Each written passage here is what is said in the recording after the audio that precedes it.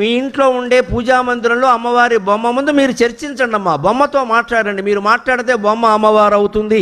నేను అనుభవించి చెబుతున్నా, దయచేసి బడాయి అనుకోవద్దు. మీరు మాట్లాడితే బొమ్మ అమ్మవారు అవుతుంది. మీరు మాట్లాడకపోతే ఇంట్లో అమ్మ కూడా బొమ్మలాగే మిగిలిపోతుందమ్మా.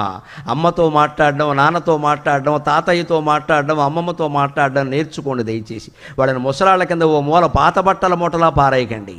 వైరాగ్యాన్ని వాళ్ళకి బోధించొద్దమ్మా. వాళ్ళకి కావలసినవి ఇవ్వాలి. వాళ్ళకి ఫిల్టర్ కాఫీ తాగే అలవాటు ఉంటే పొద్దున్న అన్ని పనులు మానేసి వాళ్ళ ఫిల్టర్ కాఫీ వాళ్ళకి ఇచ్చేయాలి. ఇంకా ఇప్పుడు ఫిల్టర్ కాఫీ అవసరమైన యథవ వేదాంతం వాళ్ళకి చెప్పొద్దు. అక్కడ వాళ్ళు ప్రాణం పోవడానికి సిద్ధంగా ఉన్నారు. వాళ్ళకి చేసే సేవ చెయ్యాలి. వాళ్ళ దగ్గర కూర్చొని మాట్లాడాలి. 90 ఏళ్ళ ఆవిడతో మాట్లాడుతున్నావు, మనకి 90 ఏళ్ళు అనుకుంటే మాట్లాడగలవమ్మా. నాకు 30 ఏళ్ళు అనుకుంటే మాట్లాడలేం. మనకి 90 ఏళ్ళు, మనకి వృద్ధాప్యం వస్తుంది కదా. కాస్త ముసలాళ్ళు ఇంట్లో ఉంటే వాళ్ళ దగ్గర ఒక అరగంట కూర్చోండి. పొద్దున్న అరగంట, అది జపమే, అది సాధనే. అది వాళ్ళు సంతోషిస్తారు. మా కోళ్ళ ఎంత మంచిదో, మా అబ్బాయి ఎంత మంచివాడు, ఏదో కాదు, అది మనకు ఆశీర్వచనం.